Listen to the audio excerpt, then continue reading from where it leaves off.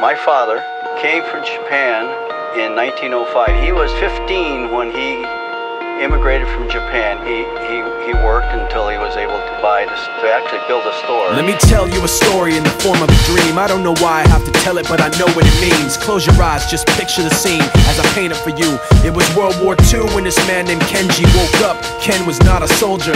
He was just a man with a family who owned a store in LA. That day, he crawled out of bed like he always did, bacon and eggs with wife and kids. He lived on the second floor of a little store he ran. He moved to LA from Japan, they called him immigrant. In Japanese, he'd say he was called Issei. That meant first generation in the United States, when everybody was afraid of the Germans, afraid of the Japs, but most of all afraid of a homeland attack. And that morning, when Ken went out on the doormat, his world went black, cause right there, front page news, 3 weeks before 1942, Pearl Harbor's been bombed and the Japs are coming. Pictures of soldiers dying and running. Ken knew what it would lead to, just like he guessed. The president said the evil Japanese in our home country would be locked away.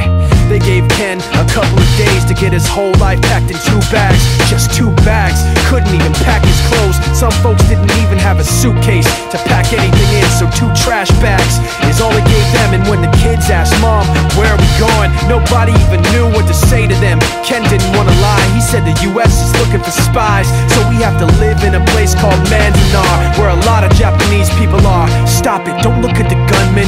You don't want to get the soldiers wondering if you're gonna run or not, cause if you run then you might get shot. Other than that, try not to think about it. Try not to worry about it being so crowded, cause someday we'll get out. Someday, someday. As soon as war broke out, the FBI came and they just come to the house and you have to come. All the Japanese have to go. They took Mr. Need and people couldn't understand why they had to take him, because he's just innocent laborer. So now they're in a town with soldiers surrounding them. Every day, every night, look down at them. From watchtowers up on the wall, Ken couldn't really hate them at all. They were just doing the job and he wasn't gonna make any problems.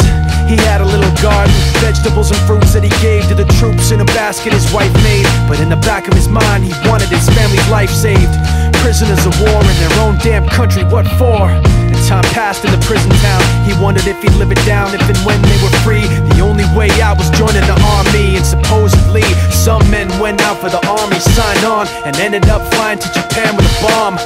That 15-kiloton blast put an end to the war pretty fast. 2 cities were blown to bits. The end of the war came quick, and Ken got out big hopes of a normal life with his kids and his wife. But then they got back to their home, and what they saw made him feel so alone. These people had trashed every room, smashed in the windows and bashed in the doors, written on the walls and the floor, "Japs not welcome anymore." And Kenji dropped both of his bags at his sides and just stood outside. He looked at his wife without words to say. She looked back at him, wiping tears away, and said, "Someday we'll be okay, someday." Now the names have been changed, but the story's true. My family was locked up back in '42. My family was there where it was dark and damp, and they called it an internment camp. When we first got back from camp, it was pretty bad. I remember my husband said, "Oh, we're gonna stay till last." Then my husband died before they closed the camp.